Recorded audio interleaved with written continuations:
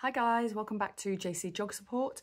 It is less than a week until you go into your paper 1 for Edexcel B, so I thought I'd get on and do you some bits and pieces for areas that I think either you might forget or you might not quite understand, etc. So let's get going. So paper 1, the first topic, that is hazards. Okay, so here's some of the things that I think that sometimes we forget about or we can't remember. So we may get asked questions on the following. Rainfall, where do we have areas of high rainfall?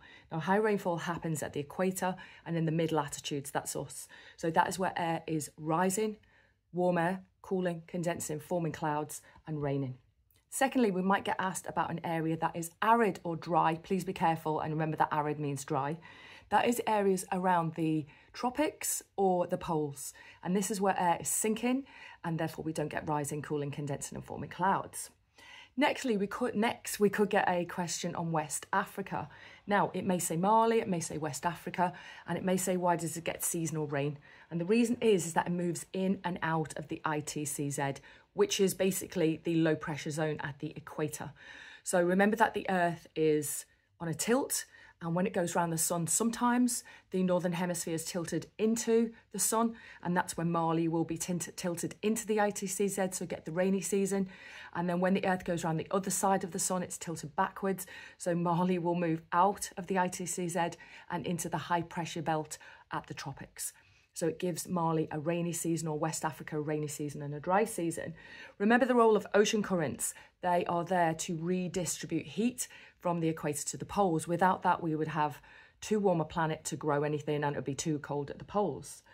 Hurricanes form between 5 and 30 degrees north and south of the equator. The 5 degrees is because we have to have the effect of the Coriolis, and it doesn't happen at the equator, so there's no spin, and it doesn't really occur outside 30 degrees because the oceans aren't warm enough and we need that 26.5 degrees ocean temperature to form. Hazards that come with hurricanes.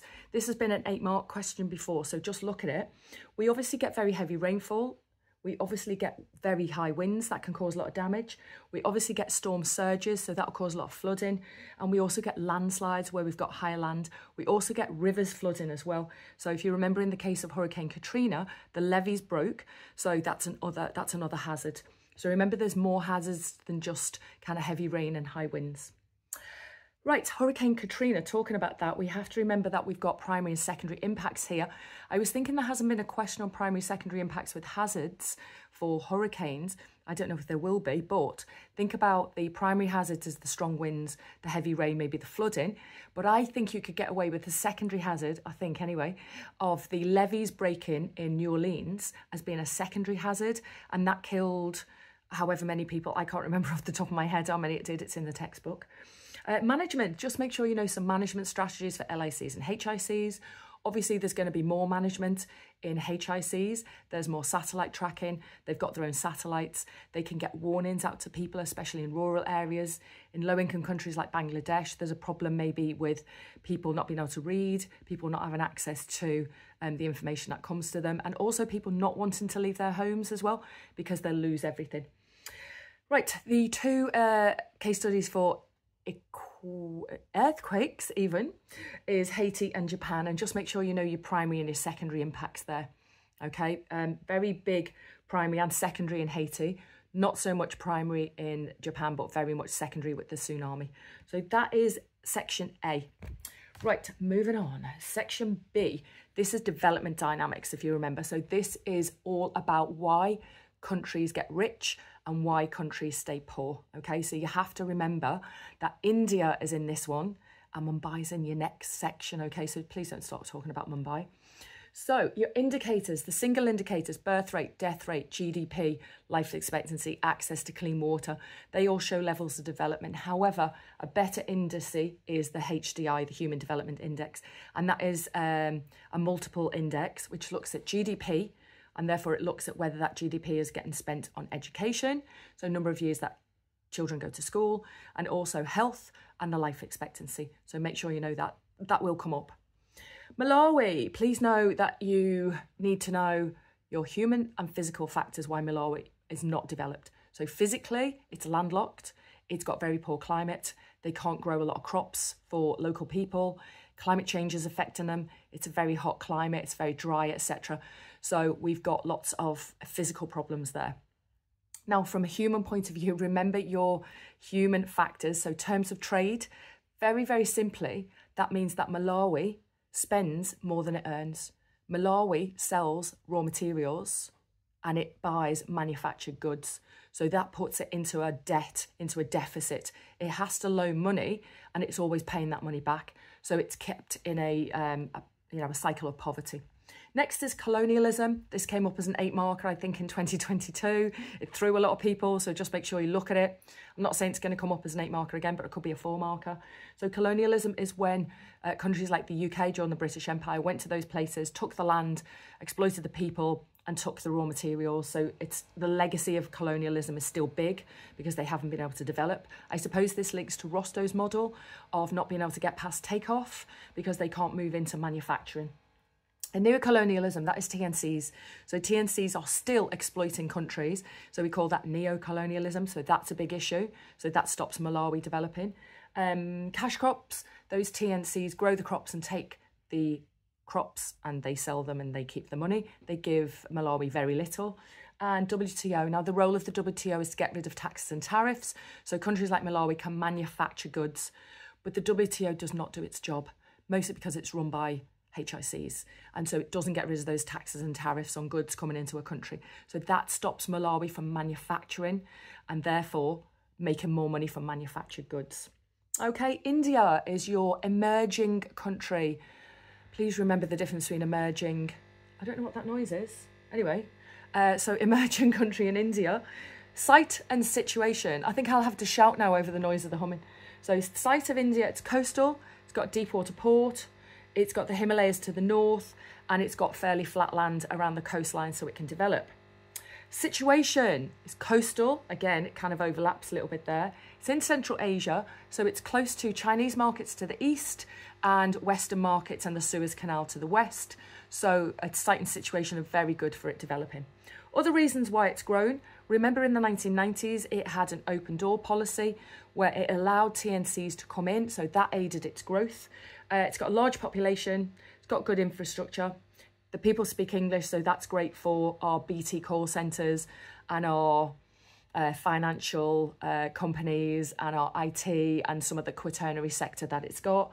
It's got a coastal location, so it's good for imports and exports, educated people within the cities, and it's got a democracy. Now, remember within this that you've got core periphery here. So the core is Maharashtra, which is on the coast, and the periphery is Bihar, and that's the rural countryside. So if you get some kind of question on maybe why countries develop in different ways at different times in different places, then you can use that. Impacts of growth. TNCs have had a massive impact, both positive and negative. So some of these are positive, some are negative. It's created jobs. It has meant that women have got more job opportunities and therefore fertility rates, especially within cities, has gone down. Taxes are paid, although TNCs pay limited amount of taxes. People are paid more money in tertiary and secondary jobs, so they can pay more money to the government, so services improve. There is a lot of exploitation, obviously, of workers, if it's a negative you're looking for. Like I said, TNCs pay limited tax, and we've got all the environmental issues related to that. So that is topic B, okay? That is development dynamics. Now, I've got a little bit more for that as well. So our top-down and bottom-up strategies. Top-down is our Sardar Saravar Dam. So please know the advantages and the disadvantages of that. Our bottom up is our biogas, and some of you might have done water pumps, but it's absolutely fine. It's still bottom up. That is good for local people. It involves local communities. It's good for them to have clean water, obviously, and methane to, be able to boil water and have light in, etc. Now, just remember, if it asks a question about intermediate technology, this comes up a lot. It's talking about the technology, not the bottom-up strategy itself. So if you get a question on the bottom-up strategy itself, they're the pros and cons of the strategy. So if we're talking about biogas, the cow provides milk, first of all, that the person can sell. It provides the the poo that it can turn into methane. So that's good. And then it also produces fertilizer, which you can either use or sell. If you get a question on intermediate technology, this is talking about the technology within that water pump or within the biogas. So generally, it's low levels of technology. Local people have got the possibility to fix it. They've got the possibility to gain the skills to fix it. The parts tend to be a lot cheaper, so it's a lot more accessible for local people. So be careful between those two, because quite often, if you get asked this, and you talk about the biogas in particular, you won't get any marks. Now, just remember that NGOs mean charities. So the cows were given to the local people in India and Uganda and other places like that by charities. It also can say an NGO, so don't get thrown by that. An NGO is obviously good because local people don't have to pay back loans. It gives local people an opportunity to improve their lives, to get a little bit more livelihood, a little bit more income, that kind of thing. India, problems with India. This could come up as an 8 marker. Population, huge population. It's surpassing China kind of as we speak in terms of its population. So it's got a huge rural population that are in poverty, around about 1 billion people. So that's obviously an issue. Water pollution is a big issue, and getting people clean water in the rural countryside and in urban areas. It's got slums, obviously. TNCs don't pay enough taxes and exploit the country. It's got Kashmir to the west, which it has to spend quite a lot of money on from a military point of view.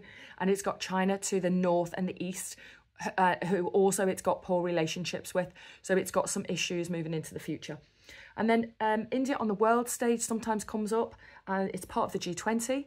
So it's part of that group that are the 20 leading economies in the world. So that gives it an opportunity to have interactions with other richer countries, with other HICs and other middle income countries. So that's a positive for its economy.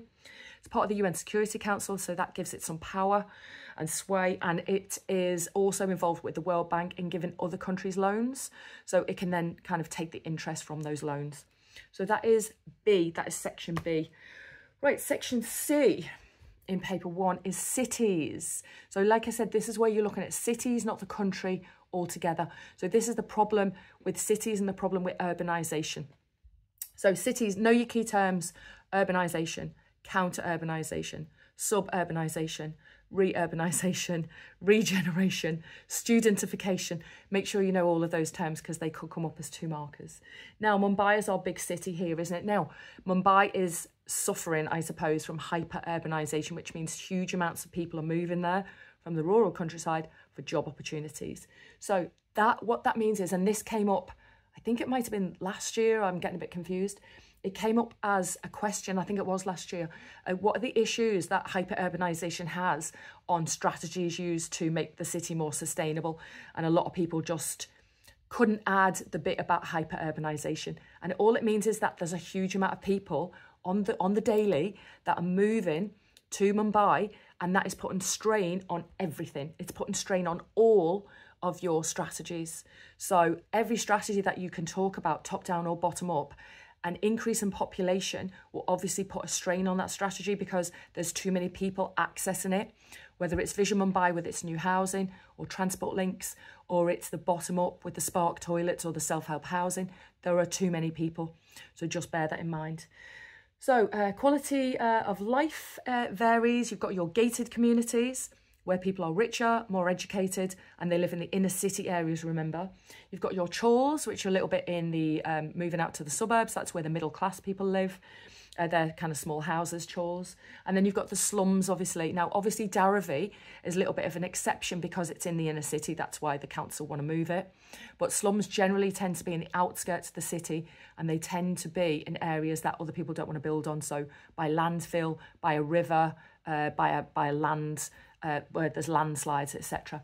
Now, the other little question that comes up quite a lot, and it riles me that people don't get it right, is the age of the different housing in the city. Okay, how does the age of the housing or the land use change? So in the middle of the city, in the CBD, that's the oldest because that was there first. As you move out to the suburbs, it gets newer. Okay, so I don't know how many times I've marked stuff that I've read, oh, it's the older stuff in the outer suburb. No, it isn't. It isn't. Okay, the inner city in the south of Mumbai, because Mumbai is on a peninsula. I forgot to say that in the site of Mumbai, it's on a peninsula. it's the tip of it is where the CBD is. That's where Darrowby is, and that's where the inner city areas are. As you move northwards and off the island, off the peninsula, then you get the newer buildings there. So be careful with that one. And so your top-down strategies are Vision Mumbai, which has not been very successful because it's only, you know, built 300,000 houses and there's like 1 million people living in just Darrowby. Transport links haven't been hugely improved, and there's a lot of people there as well. The monorail wasn't very successful because it's very expensive and they didn't build it in the places where people lived, which is a bit weird. And then the Gorai garbage scheme, that was a scheme to re-landscape an old garbage site, which was fairly successful in terms of environment, but obviously didn't improve the city overall. And then your bottom-up schemes are very small scale. Remember, they are your spark toilets, which are great, but there's not many of them. And there's still, you know, hundreds of people 200 people, I think, per toilet still. And then you've got self-help housing. And then you've got the LSS, which is looking at improving health within the slums. Now, finally, I really want to talk about sustainability. Okay, I might do a separate video on this as well. Now, sustainability, quite a lot of questions can actually come up on sustainability. So how sustainable are the top-down, bottom-up approaches? This can also come up on paper 3, remember? So there are 4 parts. What I would do if I were you is when I go into the exam, I would turn the paper over and write down some notes that I could remember from when I've just been outside looking at my revision notes. And I would write this. I would write your sustainability quadrant. And then if you get a question on sustainability, you can go, oh, I remember my quadrant. And you can look at it in terms of all 4 of these. Now, you don't need to have loads and loads to say about all 4, but you do need to mention at least 2 of them. So the first one is, does the strategy, has it got equity? So does it help everybody? And the answer to nearly all strategies, no matter what they are, is no, they don't. And quite often they're helping maybe richer people rather than poorer people. Less deprived people aren't being helped as much as richer people. So equity is a big one. Has that strategy got the capability or the capacity to help everybody in the city or wherever it is? No, is the answer. Will it last into the future? Well, if it's top down, probably it will, because it's probably been made quite well, although they can cut corners, you could say that. But if it's a bottom up, it's probably going to be not as lasting, so it's not going to be as good lasting into the future. The next one's important, the public, were the public consulted, or have local people been consulted? Top down, no, so that's not sustainable because the views of the local people haven't been taken into account. Bottom up, more likely. And then, is it environmentally friendly? Does it do bad things for the environment? Does it increase pollution? Does it use lots and lots of resources? So top down, it's probably not great for the environment, although you could argue that maybe, you know, a transport system is, so you have to use your common sense there. But please use this. I'm going to put it there so you can take a screenshot of it without my face in the way. And please remember to use that because it's vitally important that you talk about it. So that is paper 1. I will do another one of these on paper 2 and paper 3 and give you a few helpful hints. But until next time, I'll see you later.